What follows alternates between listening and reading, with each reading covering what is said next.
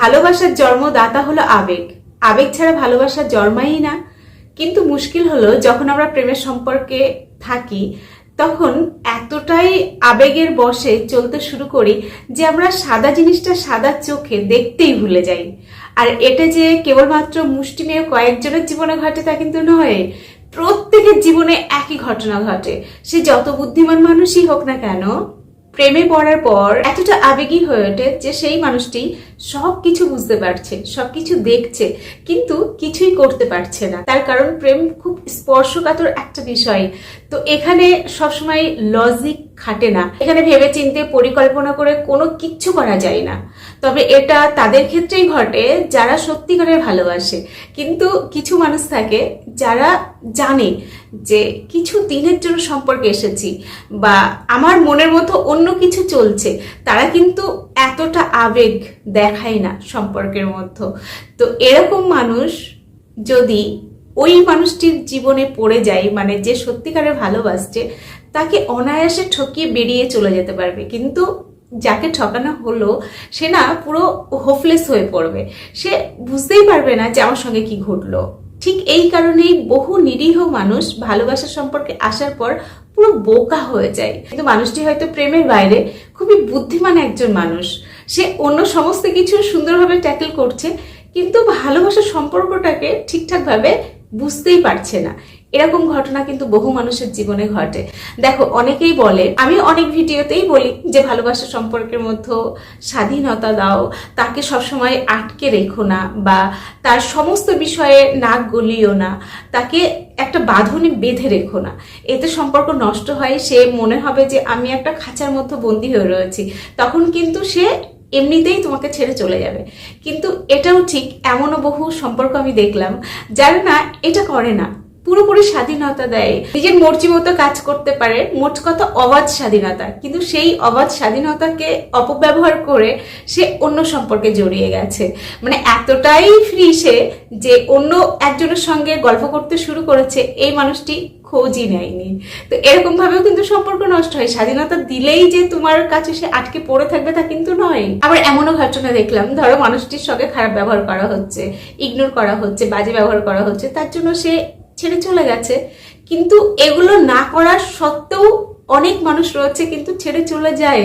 তাকে সব সময় সুন্দর একটা স্পেস দিয়েছে, একটা সুন্দর বন্ডিং তৈরি করে চলে, তাকে শ্রদ্ধা করে, তাকে অনেক বেশি ভালোবাসে, কিন্তু সে জানাচ্ছে যে আমি এত কিছু করার পরেও আমার ভালোবাসার মানুষটা আমাকে ছেড়ে চলে গেছে। তো মধ্য কথা এটাই, তুমি যখন একটা সম্পর্কের মতো আসছো বর্তমান দিনে, তো তোমাকে অনেক বেশি না অ্যালার্ট থাকতে হবে, তোমাকে অনেক সচেতন থাকতে হবে, তোমাকে তার মন পড়তে জানতে হবে, তার মনের মধ্যে কি চলছে, তার মাথার মধ্যে কি চলছে, তোমাকে না বুঝতে হবে। সবসময় আবেগের বশে সিদ্ধান্ত নিলে হবে না, বা তাকে সবসময় না আবেগ দিয়ে বুঝতে চেয়েও না, একটু বুদ্ধি খাটাও, একটু মস্তিষ্ককে কাজে লাগাও। কিন্তু ওই যে বললাম, আমরা তাকে এতটাই ভালোবাসি যে সাদা জিনিসটা সাদা চোখে আমরা দেখতেই ভুলে যাই।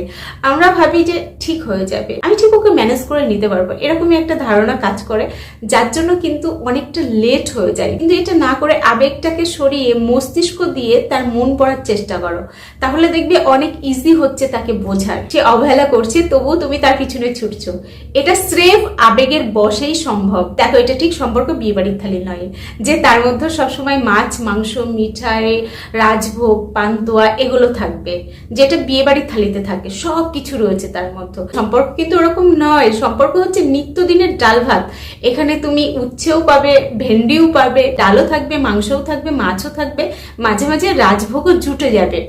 এটা কিন্তু সম্পর্কের মধ্যে ঘটে। কখনো দুজনের মধ্যে খুব মিল, খুব ভাব, একে অপরের সঙ্গে যেন জাপটে রয়েছে, আবার কখনো একে অপরকে মুখ কি দেখবে না বলে ঠিক করে নিচ্ছে, দুজন দুজনকে পুরোপুরি ব্লক করে দিচ্ছে, এরকমও কিন্তু ঘটে। কিন্তু যদি তুমি দেখো যে তার কথার মধ্যে নিত্যদিন কাঠখোট্টা চলে আসছে, মানে যেই কথাগুলো এতদিন সে বলেনি এখন বলতে শুরু করেছে, বারবার তোমাকে ইগনোর করছে, অবহেলা করছে, বাজে বাজে কথা বলছে, বা ছেড়ে চলে যাওয়ার হুমকি দিচ্ছে, তখন সোনা আমার, মনা আমার, তোমাকে ছাড়া আমি বাঁচবো না, তুমি এরকম করো না, ঠিক আছে তুমি যেটা বলবে আমি সেটা শুনবো, এরকম করে নিজেকে তার কাছে সস্তা করে তুলো না। এটা অনেকেই করে, যার জন্য কি হয়, ওই মানুষটি না পেয়ে বসে, সে কিন্তু কনফার্ম হয়ে যায় যে ও আমাকে এতটাই ভালোবাসে যে আমি যাই করি না কেন কিচ্ছু যাই আসবে না, ও আমাকে ছেড়ে যাবেই না। তখন কিন্তু সে মনে মনে অন্য কাউকে খুঁজতে থাকে, কারণ তার জীবনে তোমার উপস্থিতি তার কিন্তু আর ভালো লাগছে না, তার জন্যই তোমার সঙ্গে খারাপ ব্যবহার করছে। তো সে তোমাকে জেনে নিয়েছে, বুঝে নিয়েছে, তো এখন আর তোমার প্রতি তার অতটা আগ্রহ নেই, তার জন্য কিন্তু সে অন্য কাউকে খুঁজতে শুরু করবে। তো আমি তোমাদের উদ্দেশ্যে এটাই বলছি যে যখন এরকম কিছু ব্যবহার দেখছো তখন তোমাকে কনফার্ম সতর্ক হতে হবে, তোমাকে কিন্তু ওখান থেকে সরতে হবে। তুমি একটু সরে দেখো সে তোমার কথা মনে করছে কিনা, বা তোমাকে সে মেসেজ করছে কিনা, ফোন করছে কিনা, এটা লক্ষ্য করো। তোমার অনুপস্থিতি তাকে বিচলিত করছে কিনা দেখো। যদি দেখো যে সে উতলা হয়ে উঠছে, বারবার কল করছে এবং নিজের ভুল বুঝতে পারছে, তাহলে সম্পর্কের মধ্যে থাকো। কিন্তু যদি এটা দেখো যে কিছুই হচ্ছে না, তোমাকেই আবার হাতে পায়ে জড়িয়ে ধরতে হচ্ছে, তাহলে বুঝে নিও যে এই মানুষটির কাছে না তোমার ভ্যালু এই মুহূর্তে জিরো। তো এই মানুষটি যে কোনো সময় তোমাকে কিন্তু ধোকা দিয়ে পালিয়ে যেতে পারে। একটা কথা সবাই মাথায় রেখো, এক একজনের সাইকোলজি কিন্তু এক এক রকম। তো তোমার পার্টনারের সাইকোলজির সঙ্গে কিন্তু অন্য একজনের মিল খুঁজে পাবে না। ধরো তোমার বন্ধু বলল আমার ভালোবাসার মানুষটি এই কাজগুলি করলে পছন্দ করে, তোমার ভালোবাসার মানুষটি সেই কাজগুলি হয়তো পছন্দ করে না। বা তুমি হয়তো কোনো একটা ভিডিও দেখে জেনেছো যে ভালোবাসার মানুষটির সঙ্গে এই ব্যবহার করলে তারা খুশি হয়, আনন্দ পায়, বা এই কাজগুলি করতে হয় না, তাকে একটু ইগনোর করতে হয়, সম্পর্কের মধ্যে একটু দূরত্ব মেনটেন করতে হয়, তাকে সবসময় আগলে রাখতে হয় না। এই কথাগুলি কোনো একটা ভিডিওতে দেখে নিজের পার্টনারের কাছে না সেটা অ্যাপ্লাই করতে যেও না। এমন তো হতেই পারে সে চাইছে তুমি তাকে আগলে রাখো, তুমি তাকে শাসন করো, তুমি তার অভিভাবক হয়ে ওঠো, সে চাই। কিন্তু তোমার মাথার মধ্যে আগেই ঢুকানো রয়েছে যে এই কাজগুলি করলে তুমি তার কাছে সস্তা হয়ে উঠবে, তুমি তার কাছে অ্যাভেলেবেল হয়ে যাবে। তো সেই জন্য তুমি এগুলি করছো না, কিন্তু সে চাইছে, তুমি সেটা ধরতে পারছো না। ঠিক এখানেই হয় প্রবলেম।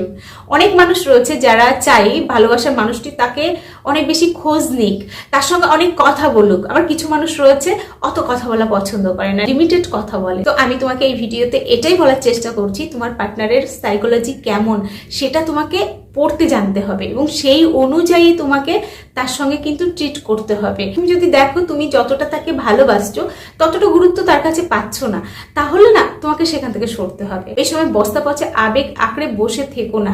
জানি আবেগ ছাড়া সম্পর্ক হয় না, আবার আবেগ আমাদের কিন্তু ডুবিয়ে দেয়। তো এরকম ছোট ছোট বিষয় তোমাকে মাথায় রাখতে হবে। একটা কথা মনে রেখো, বর্তমান সম্পর্কগুলো না খুব স্মার্ট, খুব অ্যাডভান্স। তো তোমাকেও না সেই অ্যাডভান্স লেভেলেই ভাবতে হবে, সেই আগেকার থিম নিয়ে চললে কিন্তু চলবে না, ঠিক আছে? তো চলো আজকের ভিডিও এখানে শেষ করছি। এতক্ষণ আমি তোমাদের সঙ্গে ছিলাম তোমাদের বন্ধু রুজিনা ব্যানার্জি, আর তোমাদের সঙ্গে দেখা হচ্ছে নেক্সট ভিডিওতে। ততক্ষণ সকলে ভালো থেকো, সুস্থ থেকো।